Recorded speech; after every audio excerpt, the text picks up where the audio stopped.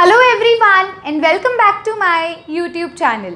सो friends, आज का जो वीडियो लेक्चर है ये बेस्ड है क्लास 11th के टॉपिक यानी कि चैप्टर नंबर थर्मोडायनेमिक्स के बारे में। सो थर्मोडायनेमिक्स में आज के इस वीडियो के अंदर हम कवर करने वाले हैं first law of thermodynamics. First law of thermodynamics से बेस्ड हम उसका कंसेप्ट पहले देखेंगे क्या होता है, फिर हम उससे रिलेटेड कुछ क्वेश्चंस को भी इसके अंदर सॉल्व करेंगे। सो वीडियो में चलने से पहले अगर किसी स्टूडेंट ने चैनल को सब्सक्राइब नहीं किया है और चैनल को सब्सक्राइब करना चाहते हैं तो मेरे चैनल का नाम है शौर्या ग्रोवर और जस्ट मेरे वीडियो के नीचे जहाँ वीडियो प्ले हो रही है उसके नीचे मेरी फोटो के साथ मतलब नेम के साथ क्या लिखा होगा, सब्सक्राइब, और एक बेल आइकन होगी। बेल आइकन को प्रेस करोगे तो नेक्स्ट वीडियो डल चुकी है ये नोटिफिकेशन आपकी स्क्रीन पर खुद ब खुद आ जाएगी। सो बेल आइकन को भी प्रेस कर दीजिएगा। अब जैसे कि मैंने आपको बोला भी आज के इस वीडियो में हम देखने वाले हैं फर्स्ट लॉ ऑफ थर्मोडायनेमिक्स के बारे में। सो सबसे पहले आप हेडिंग डाल लीजिए first law of thermodynamics.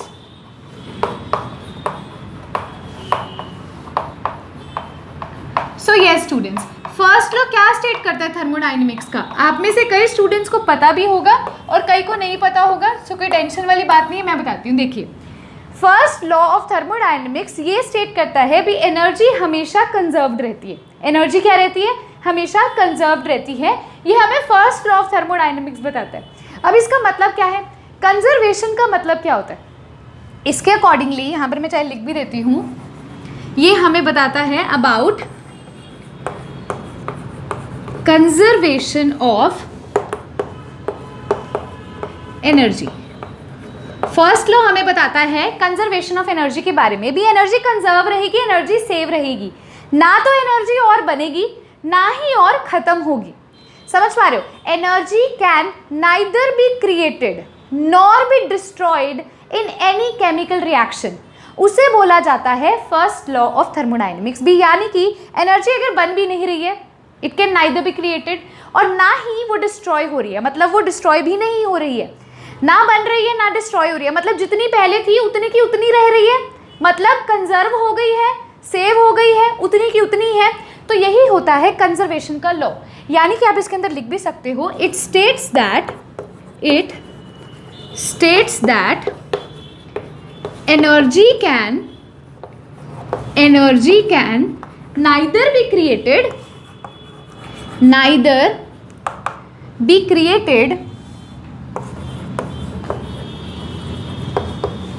nor be destroyed। Energy ना तो क्रिएट की जाएगी और ना ही डिस्ट्रॉयड की जाएगी इन एनी केमिकल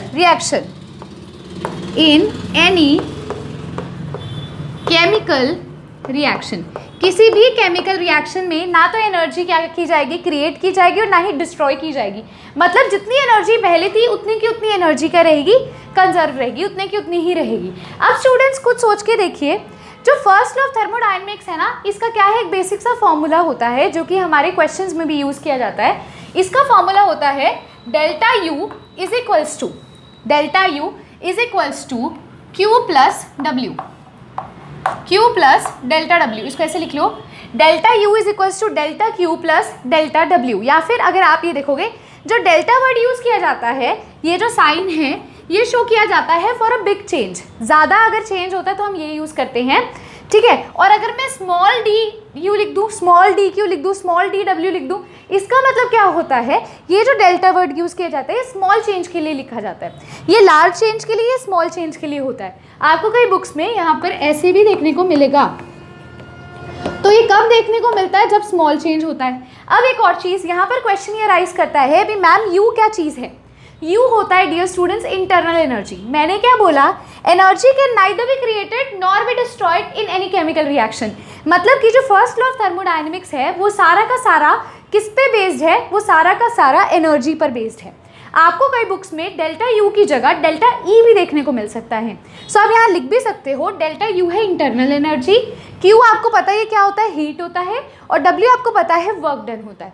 तो मैंने आपको हीट और वर्क का पहले मतलब इससे प्रीवियस लेक्चर्स में ऑलरेडी एक्सप्लेन कर चुकी हूँ भी what is Q, what is W.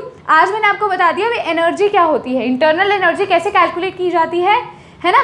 तो वो भी उसका फॉर्मूला भी मैंने एक आपको यहाँ पर दे दिया है।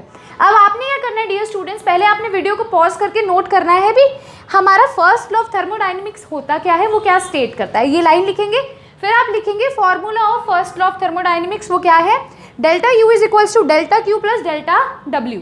अब स्टूडेंट्स हम चलते हैं हमारे नेक्स्ट कंसेप्ट की तरफ। मैं आपको बताती हूँ भी डेल्टा यू की क्या प्रॉपर्टीज़ है, what are the properties of internal energy. अब हम इसे स्टडी करेंगे, उससे पहले आप इसको वीडियो को पॉज करके क्या करोगे, नोट करोगे।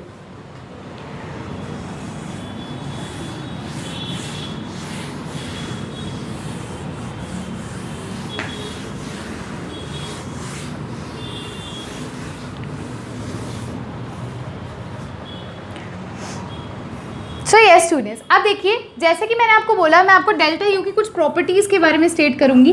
सो स्टूडेंट्स, जो डेल्टा यू होता है, delta U internal energy. Internal energy basically चीज़ क्या है, एक मतलब आपसे छोटा सा क्वेश्चन पूछूं भी, अभी तक हमें हीट का मतलब पता है, हीट क्या होता है, heat given to the system, heat given by the system, हमें पता है। सिस्टम को हीट देंगे, हीट एक बार रिवाइज करें, heat given to the system क्या होता है, positive, heat given by the system क्या होता है, negative. Work done on the system, work done by the system, ये भी चीज़ हमने स्टडी करी है ना। तो आपने देख लिया था अभी वर्क डन कैसे निकालते हैं, वर्क डन आपको निकालना आ गया था माइनस पी डी वी, याद है, W is equals to minus P delta V, ये चीज़ याद है, ये चीज़ याद है, सबको याद है। ये हमने कैसे निकाला था एक्सपेंशन के केस में, मैंने आपको 2 बीकर बना के दिखाए थे और आपको कहा था एक्सपेंशन हो रहा है, वॉल्यूम के अंदर चेंज हो रहा है, कॉन्ट्रैक्शन हो रहा है तो वॉल्यूम के अंदर चेंज हो रहा है, तो उस पर डब्ल्यू का क्या इफेक्ट पड़ेगा, हमने ये सब स्टडी किया था। अगर मैं W का ये वाला फॉर्मूला अपने इंटरनल एनर्जी वाले फॉर्मूला में, यानी कि delta U is equals to delta Q plus delta W में लगाऊं, तो यहाँ क्या आ जाएगा, delta U is equals to delta Q, ठीक है, प्लस क्या आ जाएगा, माइनस P डेल्टा V, ये आ जाएगा। तो यहाँ से एक नया फॉर्मूला क्या आया, delta U is equals to delta Q minus P delta V। ये फॉर्मूला भी स्टूडेंट्स आपको बहुत ज़्यादा बुक्स में देखने को मिलेगा, तो ये हम क्या कर सकते हैं, इसमें वैल्यू डालते जाएंगे और नई इक्वेशन इक्वेट करते जाएंगे, है ना डियर स्टूडेंट्स। सो ये तो एक चीज़ होगी। सेकंड चीज़ देखिए, जो इंटरनल एनर्जी होती है वो इंटरनल एनर्जी होती है मॉलिक्यूल्स की वजह से। मॉलिक्यूल्स के अंदर जो फोर्सेस लगती हैं उसके कारण इंटरनल एनर्जी जनरेट होती है। सो इंटरनल एनर्जी अगर आपसे पूछा जाए किसकी वजह से राइज करती है, तो वो मॉलिक्यूल्स की वजह से राइज करती है, वो उसके अंदर वाली एनर्जी होती है, मॉलिक्यूल के अंदर वाली एनर्जी जो उसके फोर्सेस के कारण अप्लाई की जाती है, उसके फोर्सेस के कारण एग्जिस्ट करती है। तो अब देखिए नेक्स्ट चीज़, अगर मैं आपको इंटरनल एनर्जी का बताऊं तो इंटरनल एनर्जी जो है वो एक एक्सटेंसिव प्रॉपर्टी है। वो कैसी प्रॉपर्टी है, एक एक्सटेंसिव प्रॉपर्टी है। मैंने आपको एक मतलब वीडियो में करवाया था इंटेंसिव प्रॉपर्टी कौन सी होती है और एक्सटेंसिव प्रॉपर्टी कौन सी होती है, तो इंटरनल एनर्जी हमारी एक्सटेंसिव प्रॉपर्टी है। अब स्टूडेंट्स एक और चीज़ मैंने आपको बताई थी भी, what is state function and what is path function. तो आप सबको याद होगा भी स्टेट फंक्शन और पाथ फंक्शन क्या होता है। पाथ फंक्शन होता है जो पाथ पे डिपेंड करता है, रास्ते पे डिपेंड करता है, और स्टेट फंक्शन क्या होता है, किस पे डिपेंड करता है, इनिशियल और फाइनल पोजीशन पे डिपेंड करता है। मानते हो ना, इनिशियल और फाइनल पोजीशन पे डिपेंड करेगा, उसके स्टेट पे डिपेंड करेगा। सो इंटरनल एनर्जी जो है वो एक स्टेट फंक्शन है। ये क्या है, एक स्टेट फंक्शन है, और ये किस पे डिपेंड करती है, ये उसकी इनिशियल पॉइंट और उसके फाइनल पॉइंट पे डिपेंड करती है, ये पाथ पे डिपेंड नहीं करती है। It is not a path function. तो प्रॉपर्टीज़ में आप नोट भी कर सकते हो, एक्सटेंसिव प्रॉपर्टी है, मॉलिक्यूल्स की वजह से अराइज करती है, और ये क्या है, एक स्टेट फंक्शन भी है डियर स्टूडेंट्स, ठीक है। अब एक और चीज़ है जो बहुत बार पूछा भी जाता है, बहुत बार पूछा जाता है भी, इंटरनल एनर्जी बेसिकली देखो, जो सिंपल यू है, सिंपल यू का मतलब इंटरनल एनर्जी होता है, और डेल्टा यू का मतलब क्या होता है, change in internal energy. Delta word किस लिए यूज़ किया जाता है, चेंज की वजह से, चेंज के लिए यूज़ किया जाता है। स्मॉल डी क्यू लिख दूँ, स्मॉल डी यू लिख दूँ, बड़ा डी यू लिख दूँ, है ना, डेल्टा वर्ड यूज़ कर दूँ, तो ये होता है चेंज की वजह से। अगर मैं आपको बोलूँ नॉर्मल यू, क्या हम नॉर्मल यू को डिटरमाइन कर सकते हैं, कैलकुलेट कर सकते हैं? नहीं, हम नॉर्मल यू को कैलकुलेट नहीं कर सकते। हम किसे कैलकुलेट कर सकते हैं, डेल्टा यू को हम कैलकुलेट कर सकते हैं, ठीक है। तो आप इसको भी नोट करेंगे डियर स्टूडेंट्स, वीडियो को पॉज करके इसको पहले क्या करोगे, नोट कर लोगे।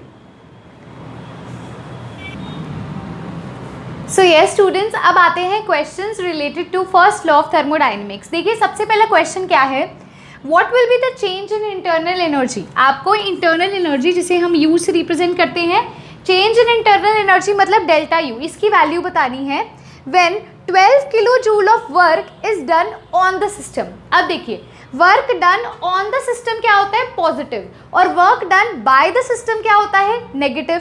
तो वर्क डन क्या है, ऑन द सिस्टम, यानी कि W की वैल्यू क्या हो जाएगी डियर स्टूडेंट्स, पॉजिटिव, और कितनी है, 12 किलो जूल है, तो प्लस 12 किलो जूल हो जाएगी। आगे देखिए वो क्या कहता है, and 2 kilo joule of heat is given by the system. अब heat is given by the system और heat given to the system. Heat given by the system क्या होता है, मतलब वो काम कर रही है ना, तो वो नेगेटिव होगा, और अगर heat given to the system है तो वो पॉजिटिव होगा। अब यहाँ heat is given by the system है तो क्या हो जाएगा, नेगेटिव हो जाएगा, और कितना दे रखा है, 2 किलो जूल दे रखा है। हमें क्या कैलकुलेट करना है, डेल्टा यू कैलकुलेट करना है। फॉर्मूला हमें पता है, change in internal energy is equals to Q plus W.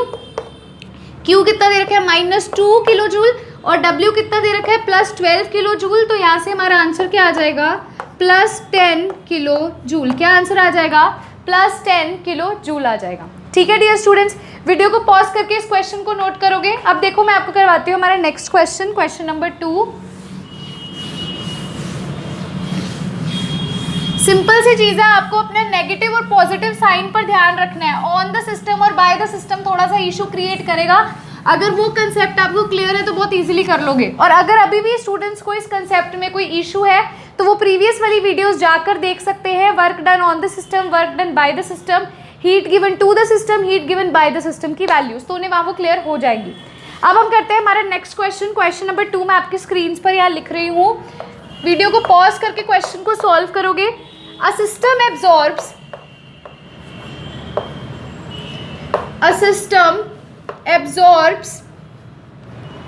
50 kilo joule heat. एक सिस्टम है वो 50 किलो जूल हीट को एब्जॉर्ब करता है and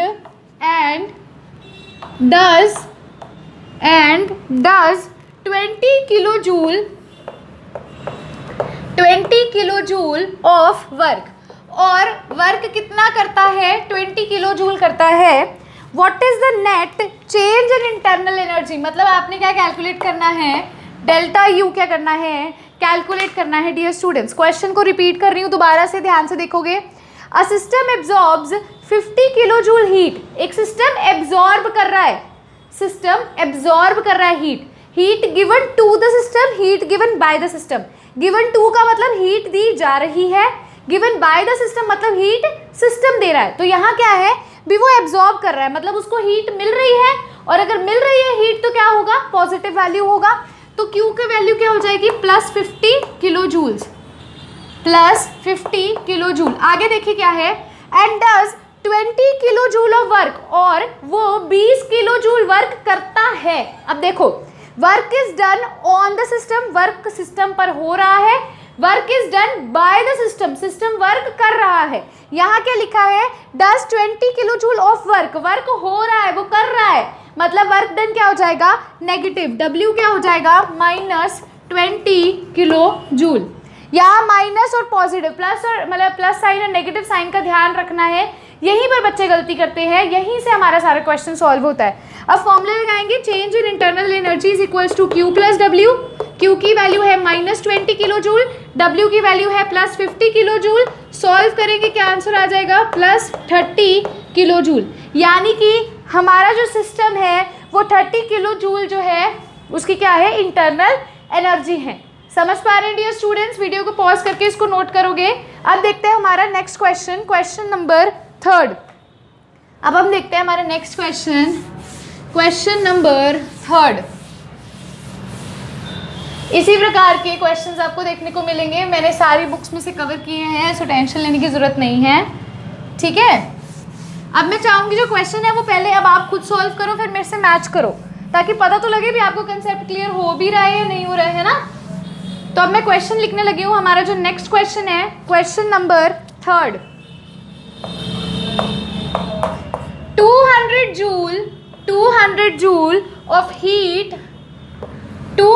joule of heat was supplied to a system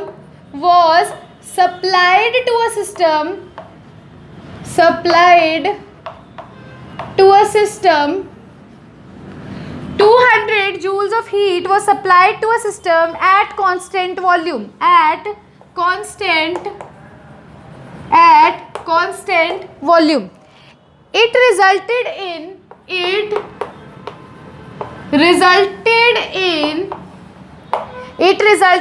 increase in temperature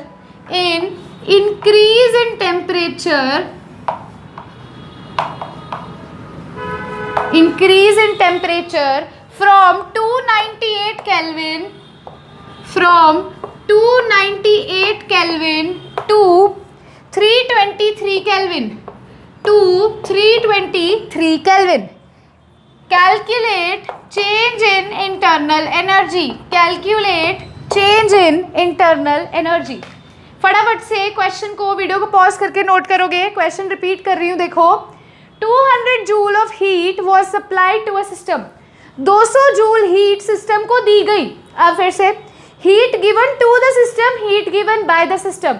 200 joule heat दी गई, यानी कि heat given to the system. तो heat given to the system मतलब सिस्टम ने गेन की हीट. सिस्टम ने जब हीट गेन की होती है तो कौन सा साइन आता है? पॉजिटिव. यानी कि Q की वैल्यू क्या है? प्लस 200 जूल्स है. आगे देखिए, एट कांस्टेंट वॉल्यूम कांस्टेंट है तो डेल्टा V कितना होगा? अगर वॉल्यूम कांस्टेंट है, वॉल्यूम सेम है, तो इनिशियल वॉल्यूम और फाइनल वॉल्यूम सेम होगा, तो delta V change in volume क्या होगा? 0 होगा. आगे देखिए, it resulted in increase in temperature from 298 Kelvin to 323 Kelvin. Calculate internal energy. अभी आपको मैंने एक फॉर्मूला में थोड़ी सी मॉडिफिकेशन करवाई थी. मैंने बोला था change in internal energy is equals to Q plus W होता है, और W का फॉर्मूला होता है माइनस PdV. तो यहाँ से आता है delta U is equals to Q minus P delta V. अब डेल्टा V क्या है डियर स्टूडेंट्स? डेल्टा V यहाँ पर हमारे पास क्या है? आप देखिए ध्यान से. डेल्टा V हमारे पास यहाँ 0 है क्योंकि कांस्टेंट वॉल्यूम है, तो ये 0 हो जाएगी सारी की सारी टर्म. तो डेल्टा U किसके इक्वल आ गया? Q के. Q कितनी है? 200 जूल. तो डेल्टा U कितना हो जाएगा? ये भी हो जाएगा 200 जूल. हमारा आंसर क्या आ जाएगा? Change in internal energy is equals to 200 joule. क्यों ऐसा आया? क्योंकि उसने बोला कांस्टेंट वॉल्यूम है. कांस्टेंट वॉल्यूम मतलब इनिशियल वॉल्यूम और फाइनल वॉल्यूम सेम है, मतलब डेल्टा V की वैल्यू क्या है? 0. डेल्टा V की वैल्यू वहाँ पुट करेंगे W वाले फॉर्मूला में, तो ये सारी टर्म कट जाएगी और डेल्टा U किसके इक्वल हो जाएगा? Q के इक्वल हो जाएगा. और Q हमारा 200 जूल था, तो डेल्टा U भी क्या हो जाएगा? 200 जूल हो जाएगा. ध्यान रखना है, heat is supplied to a system. Heat supply अगर सिस्टम पे की जाती है तो पॉजिटिव, और अगर सिस्टम देता है तो नेगेटिव. तो यहाँ सप्लाई की गई है तो क्या होगी? पॉजिटिव होगी. वीडियो को पॉज करके डियर स्टूडेंट्स इस क्वेश्चन को नोट करोगे. अब देखते हैं हमारा फोर्थ क्वेश्चन. अब हम देखेंगे हमारा फोर्थ क्वेश्चन. तो आप देख सकते हो, पहले हमने सिंपल क्वेश्चन किया है. कुछ सिंपल क्वेश्चन में हमने देखा भी हमें क्या देखना होता है? Q की वैल्यू और W की वैल्यू, पॉजिटिव नेगेटिव साइन का ध्यान रखना होता है. सेकंड, अब ये जो थर्ड क्वेश्चन हमने किया, इसमें हमने कंसेप्ट लिया वॉल्यूम वाला. अगर वॉल्यूम के से रिलेटिव कुछ पूछ ले तो आपने कौन सा फॉर्मूला लगाना है. अब आप देखते हैं हमारा नेक्स्ट कंसेप्ट क्या है, नेक्स्ट क्वेश्चन क्या है, ध्यान से. और इसकी वैल्यू भी क्या करते हैं? हम कैलकुलेट करते हैं. आइए देखिए हमारा फोर्थ क्वेश्चन क्या है डियर स्टूडेंट्स. फोर्थ क्वेश्चन देखिए. फोर्थ क्वेश्चन है an ideal gas expands against an एक आइडल गैस है जो एक्सपैंड करती है अगेंस्ट कांस्टेंट एक्सटर्नल प्रेशर.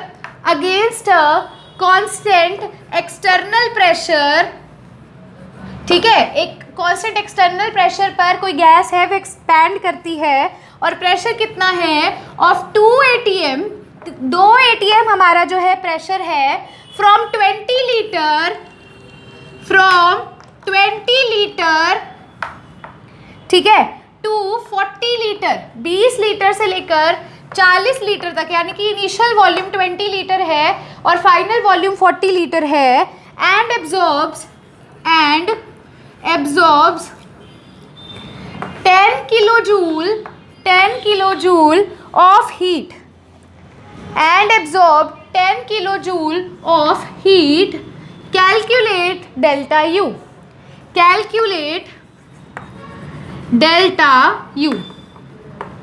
आपने क्या कैलकुलेट करना है dear students, delta U calculate करना है। 1 ATM लीटर को अगर आप जूल्स में कन्वर्ट करना चाहते हो, 1 ATM लीटर को जूल्स में कन्वर्ट करोगे तो 101.3 जूल्स के वो इक्वल होता है। अब आपको उसने क्वेश्चन में क्या दे रखा है, एक बार ध्यान से देखते हैं। एक आइडियल गैस है जो एक्सपैंड करती है against constant external pressure 2 ATM। Pressure उसने हमें दे दिया है 2 ATM। आगे देखिए, और वॉल्यूम V1 और V2 दिया है। V1 है 20 लीटर और V2 है हमारा 40 लीटर। वो कहता है साथ में, और वो एब्जॉर्ब करता है 10 kilo joule of heat absorb हो रही है, ठीक है, सराउंडिंग से। तो Q क्या हो जाएगा हमारा पॉजिटिव, कितना है 10 किलो जूल। 10 किलो जूल को जूल में बदल लेते हैं, 10 × 1000 हो जाएगा, 10 की पावर 4 जूल्स हो गया, है ना। अब देखिए स्टूडेंट्स, आपको फॉर्मूला याद होना चाहिए, change in internal energy is equals to Q minus PdV। Work done की जगह माइनस PdV लिख सकते हैं। अब देखो Q कितना आ गया, Q को हमने जूल्स में लिख दिया 10,000 माइनस प्रेशर कितना है 2 ATM, चेंज इन वॉल्यूम कितना है 40 माइनस 20 कितना हो जाएगा 20। अब स्टूडेंट्स ये किस में दे रखा है, ये जो आंसर आएगा ATM लीटर में आएगा। और अभी बता के हटी हूँ, ATM लीटर को जूल्स में कन्वर्ट करेंगे तो 101.3 से मल्टीप्लाई, यानी कि ये सारा का सारा 101.3 से क्या होगा मल्टीप्लाई होगा, ताकि जो हमारा आंसर है वो किस में आ जाए, जूल्स में आ जाए। तो हमारा आंसर आएगा 5948 जूल्स। कितना आ जाएगा 5948 जूल्स हमारा आंसर आ जाएगा। वीडियो को पॉज करके इसको एक बार नोट करोगे, मैं फिर से बताती हूँ मैंने क्या किया। क्वेश्चन देखिए स्टूडेंट्स ध्यान से फिर से। An ideal gas expands against constant external pressure P। एक आइडियल गैस है जो एक एक्सटर्नल प्रेशर P पर एक्सपैंड करती है। 2 ATM का उसका जो है वो प्रेशर है, ठीक है। और कितने से कितने वॉल्यूम में एक्सपेंशन, तो वॉल्यूम बढ़ रहा है, देखो 20 से 40 लीटर हो रहा है क्योंकि एक्सपैंड हो रहा है। तो 20 लीटर्स टू 40 लीटर में एक्सपेंशन हो रही है और वो एब्जॉर्ब करता है 10 किलो जूल ऑफ हीट, ठीक है। उसने प्रेशर दे दिया, उसने चेंज इन वॉल्यूम दे दिया। चेंज इन वॉल्यूम क्या होगा, फाइनल माइनस इनिशियल, 40 माइनस 20 यानी कि 20। हमें पता है वर्क डन का फॉर्मूला क्या होता है माइनस PdV, तो हमने यहाँ पुट कर दिया। यहाँ से पुट किया तो हमारा जो आंसर आएगा वो ATM लीटर में आएगा, क्योंकि प्रेशर ATM में था और वॉल्यूम लीटर में था। लेकिन हमें हमारा जो आंसर चाहिए वो किस में चाहिए, जूल्स में चाहिए। तो ATM लीटर को जूल्स में कन्वर्ट करने के लिए मैंने इस सारे आंसर को 101.3 से मल्टीप्लाई कर दिया। अब क्वेश्चन ये राइज करता है, फॉर्मूला हमारा क्या होता है, delta U is equals to Q minus PdV। Q की वैल्यू कितनी थी, हमें 10 किलो जूल दे रखी थी, किलो जूल को जूल में कन्वर्ट कर दो। तो ये जूल में से इसको माइनस करोगे, वर्क डन वाले को माइनस करोगे तो क्या आ जाएगा, चेंज इन इंटरनल एनर्जी, और वो कितना आ गया 5948 जूल्स आ गया। वीडियो को पॉज करके डियर स्टूडेंट्स इस क्वेश्चन को क्या करेंगे, नोट करेंगे। यस स्टूडेंट्स, अब आता है क्वेश्चन नंबर 5। आइए लिखे क्वेश्चन नंबर 5 क्या है, देखते हैं। क्वेश्चन नंबर 5 है कैलकुलेट इंटरनल एनर्जी। आपने डेल्टा U कैलकुलेट करना है, मैं सीधा लिख रही हूँ। आगे देखिए क्या दे रखा है, when a system absorbs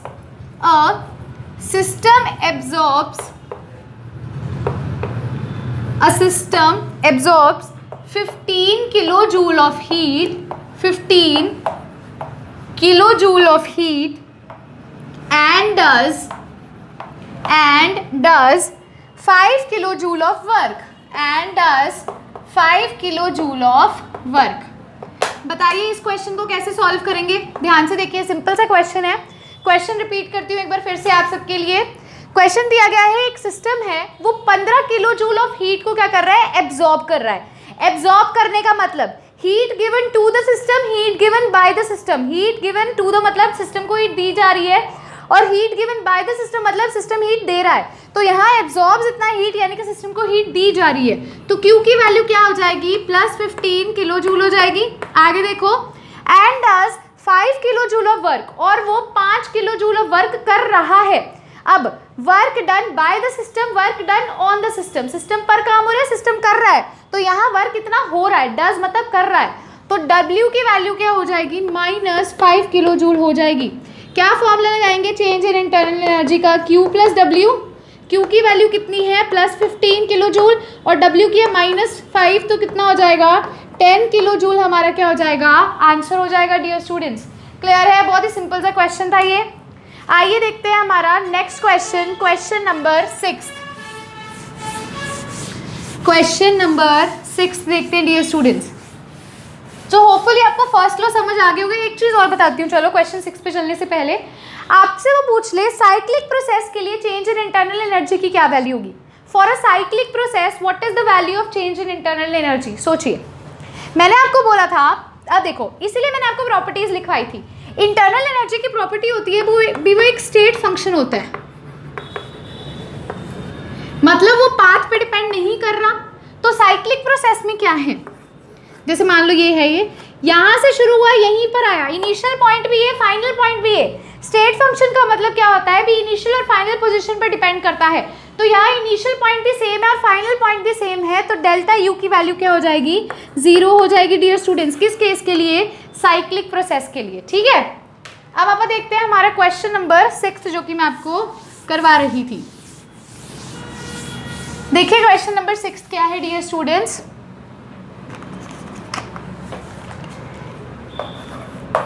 question 6 है और हमारा लास्ट क्वेश्चन आज का। 500 joule of heat 500 joule of heat was supplied to a system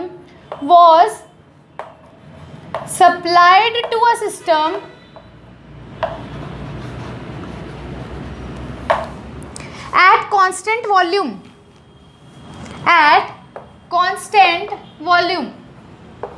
आगे देखिए, it resulted in increase in temperature